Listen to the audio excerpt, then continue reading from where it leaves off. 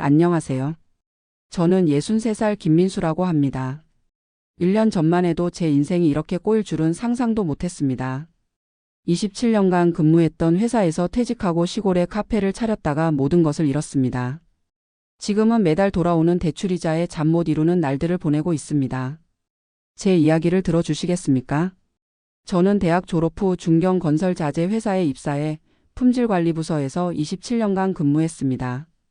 별다른 특기는 없었지만 성실함 하나로 과장해서 차장까지 진급했습니다. 아내와는 29년째 함께하고 있고 대학생 아들과 직장인 딸이 있습니다.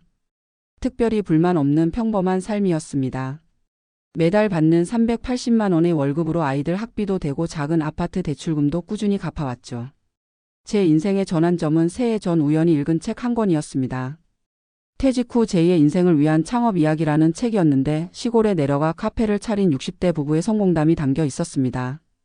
그때부터 저도 퇴직 후 시골에서 카페를 운영하는 꿈을 꾸기 시작했습니다. 퇴직 2년 전부터는 주말마다 강원도와 경기도 일대의 전원 카페들을 찾아다니며 벤치마킹을 했습니다. 매번 차 안에서 아내에게 말했죠. 여보, 우리도 저런 카페 차리면 좋겠다. 나무랑 꽃으로 예쁘게 꾸미고 직접 만든 빵이랑 커피 팔면 찾아오는 사람들 많을 것 같아. 아내는 처음엔 반대했습니다. 당신 바리스타 자격증도 없고 빵 만들 줄도 모르잖아요. 그냥 편하게 연금 받으며 살면 안 돼요? 하지만 제가 워낙 열정적으로 이야기하니 나중에는 아내도 저를 응원해주기 시작했습니다. 퇴직을 1년 앞두고는 본격적으로 준비를 시작했습니다. 주말마다 바리스타 학원을 다니고 유튜브로 베이킹을 독학했습니다. 회사 선배들 중에 퇴직 후 사업을 시작했다가 망한 사례들이 꽤 있었지만 저는 제 경우는 다를 거라고 자신했습니다. 철저히 준비하면 성공할 수 있다고 믿었거든요. 마침내 57세에 회사에서 명예퇴직을 신청했습니다. 퇴직금으로 2억 2천만 원을 받았고 국민연금은 월 130만 원이 나왔습니다. 아이들은 이미 성인이었고 아파트 대출도 얼마 남지 않아 경제적으로 큰 부담은 없었습니다. 퇴직 후 석 달 동안 집에서 쉬면서 본격적으로 카페 창업을 준비했습니다. 친구의 소개로 경기도 양평에 있는 작은 전원주택을 알게 되었습니다. 집 앞에는 작은 텃밭이 있었고 뒤로는 산이 보이는 아름다운 곳이었습니다. 매물 가격은 1억 5천만 원이었습니다. 아내와 함께 둘러보고 곧바로 계약했습니다. 여보, 여기서 카페 차리면 주말마다 사람들 많이 올 것 같아요. 봄에는 꽃 구경, 가을엔 단풍 구경 오는 관광객들이 꽤 된대요. 그렇게 저희는 서울 아파트는 그대로 둔 채 양평으로 이사를 했습니다. 집을 카페로 개조하는 데에는 4천만 원이 들었습니다. 테라스를 만들고 주방 설비를 갖추고 인테리어를 꾸미는데 예상보다 돈이 많이 들었습니다. 커피 머신, 제빵기구 등 장비 구입에도 2천만 원이 들었죠. 총 2억 1천만 원의 비용이 들어 퇴직금이 거의 바닥났습니다. 하지만 저는 걱정하지 않았습니다. 민수 씨, 자본금이 좀 부족한 것 같은데 괜찮아요? 주변 지인들이 걱정했지만 제 귀에는 들어오지 않았습니다. 걱정 마세요. 처음 반년만 버티면 입소문 타고 손님들 많이 올 거예요. 카페가 잘 되면 돈은 금방 벌 수 있어요. 오픈 준비를 마치고 드디어 숲속의 아침 카페를 열었습니다. SNS 계정도 만들고 동네 곳곳에 전단지도 돌렸습니다. 오픈 첫 주말에는 호기심에 찾아오는 손님들로 카페가 북적였습니다. 하루 매출이 50만 원까지 올라갔고 저는 희망에 부풀었습니다. 여보, 봐요. 내 말이 맞지? 이렇게 잘 될 거라고 했잖아. 하지만 그것은 착각이었습니다. 오픈 이벤트와 호기심으로 찾아온 손님들이 점차 줄어들기 시작했습니다. 평일에는 하루 내내 손님이 10명도 오지 않는 날이 대부분이었습니다. 주말에도 예상했던 만큼의 관광객들이 오지 않았습니다. 알고 보니 저희 카페에서 10분 거리에 이미 유명한 카페 3곳이 있었습니다. 그들은 오래전부터 자리 잡고 있었고 단골 고객층이 탄탄했습니다. 신생 카페인 저희는 경쟁에서 밀리기 시작했습니다. 민수 씨, 여기 위치가 좀 안쪽이라 찾기 어려운 것 같아요. 간판도 더 크게 해야 할 것 같고. 아내의 말에 간판도 새로 달고 도로변에 유도 표지판도 설치했습니다. 하지만 상황은 나아지지 않았습니다. 재료비, 전기세, 수도세 등 고정 지출은 계속 나가는데 수입은 형편없었습니다. 월 매출이 200만 원 정도였는데 재료비와 공과금을 제외하면 남는 것이 거의 없었습니다. 살림은 국민연금 130만 원으로 겨우 유지했습니다. 2달째 상황이 나아지지 않자 카페를 홍보하기 위해 SNS 광고 비용을 지출했습니다. 인플루언서를 초대해 홍보도 했습니다. 일시적으로 효과가 있었지만 지속되지는 않았습니다. 창업 6개월 차에는 더 이상 버틸 수 없어 은행 대출을 받아야 했습니다. 처음에는 5천만 원을 대출 받았습니다. 조금만 더 버티면 여름 휴가철에 손님들이 많이 올 거야. 저 자신을 위로하며 버텼지만 현실은 냉혹했습니다. 양평 일대에는 이미 수십 개의 카페가 있었고 저희 카페만의 특별한 매력이 부족했습니다. 제가 만든 빵과 디저트는 솔직히 맛이 평범했고 커피도 특별함이 없었습니다. 여보, 우리 메뉴가 너무 평범한 것 같아요. 특별한 시그니처 메뉴가 필요해요. 아내의 제안으로 지역 특산물을 활용한 새로운 메뉴를 개발했습니다. 양평 딸기를 활용한 디저트와 고구마 빵 등을 만들었죠. 하지만 제 베이킹 실력으로는 한계가 있었습니다. 결국 근처 베이커리에서 빵을 사와서 판매하기 시작했습니다. 그렇게 1년이 지났고 상황은 점점 더 악화되었습니다.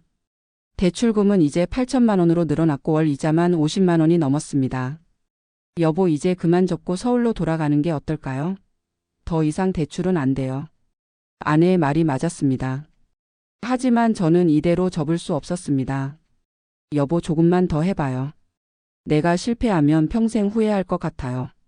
그렇게 또 반년을 버텼습니다. 카페를 살리기 위해 식사 메뉴도 추가하고 주말에는 작은 공연도 열었습니다. 하지만 비용만 더 들었을 뿐 매출은 크게 오르지 않았습니다. 여름이 지나고 가을이 왔습니다.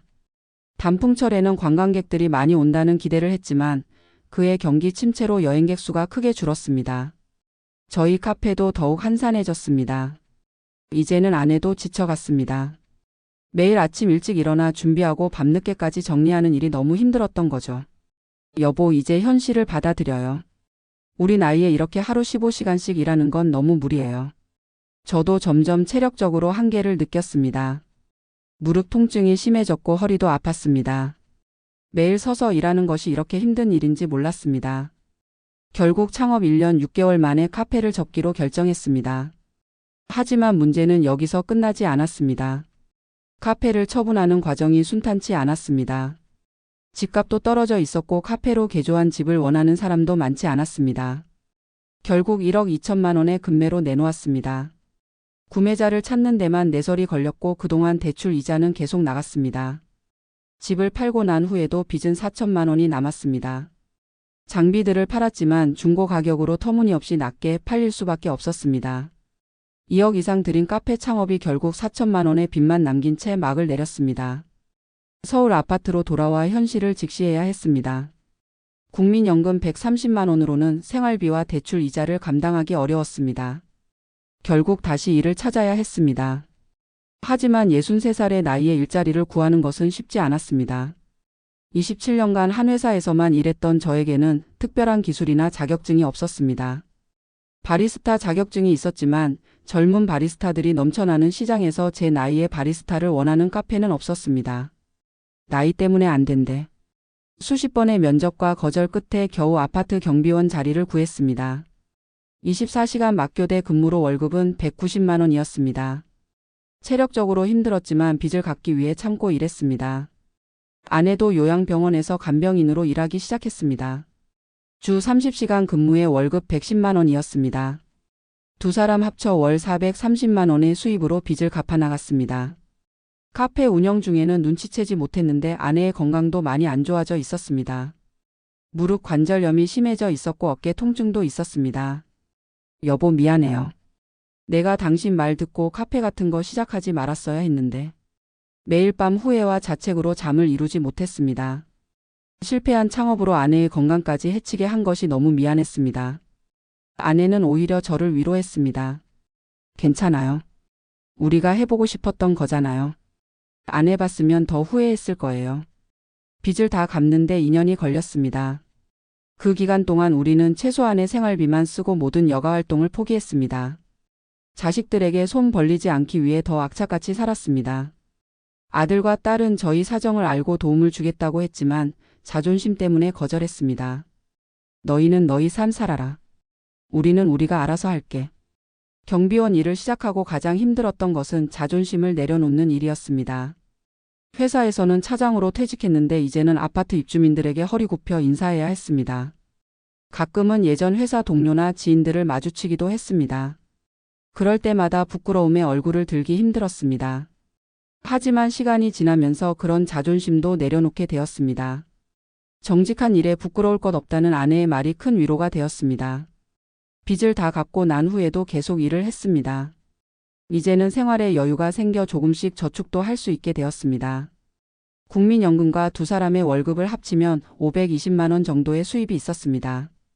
아파트 관리비와 생활비를 제외하면 한 달에 150만 원 정도를 저축할 수 있었습니다.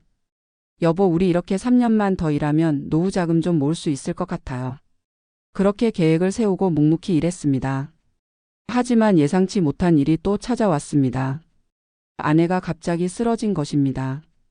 병원에서 검사를 받아보니 심근경색이었습니다. 다행히 빨리 병원에 도착해서 큰 위험은 넘겼지만 스텐트 시술을 받아야 했습니다. 의사는 아내에게 무리한 노동을 피하라고 권했습니다.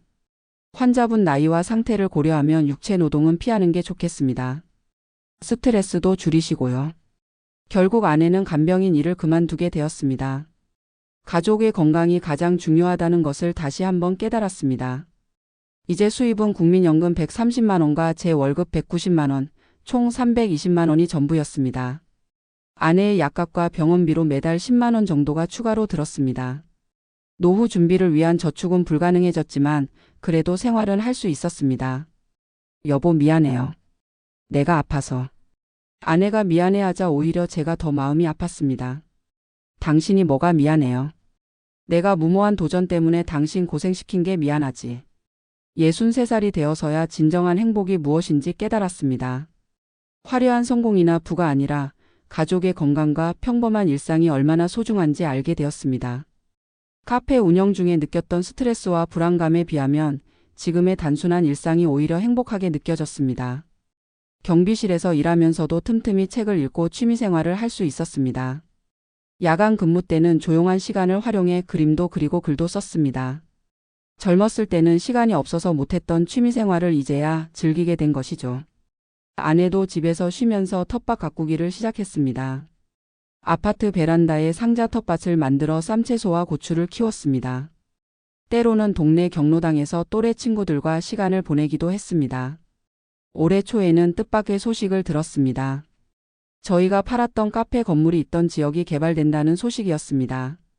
만약 저희가 조금만 더 기다렸다면 건물 가격이 오를 수도 있었을 텐데 하는 아쉬움도 있었습니다. 하지만 그런 아쉬움도 이제는 웃으며 넘길 수 있게 되었습니다. 여보, 우리가 카페 계속했으면 지금 더 큰 빚더미에 앉았을지도 몰라요. 오히려 잘 된 거예요. 아내의 말처럼 모든 일에는 이유가 있나 봅니다. 이제 저는 경비원 일을 6개월 더 하면 은퇴할 계획입니다. 모은 돈으로 조그만 전세 집으로 이사갈 생각입니다. 서울 아파트는 월세로 내놓고 그 수익과 국민연금으로 노후를 보낼 생각입니다. 자녀들도 이제 제법 자리를 잡아 가끔 용돈도 보내줍니다. 지난날의 실패를 통해 많은 것을 배웠습니다. 첫째, 충분한 시장 조사와 자본금 없이 감정적으로 창업을 결정하면 안 된다는 것. 둘째, 나이에 맞는 적절한 일을 선택해야 한다는 것. 셋째, 자존심보다 현실적인 판단이 중요하다는 것. 넷째, 무엇보다 건강과 가족이 가장 중요하다는 것. 제 이야기가 퇴직을 앞두고 창업을 준비하는 분들께 작은 교훈이 되었으면 합니다. 화려한 성공담보다 실패의 경험이 때로는 더 값진 교훈을 줄 수 있으니까요. 저는 카페 창업에 실패했지만 인생에서는 실패하지 않았다고 생각합니다. 지금의 소소한 행복을 깨닫게 되었으니까요. 예전에는 몰랐던 작은 행복들. 아침에 일어나 아내와 함께 마시는 커피 한 잔의 여유.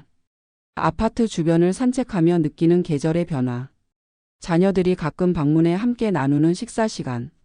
이런 소소한 일상이 얼마나 소중한지 이제야 깨닫습니다.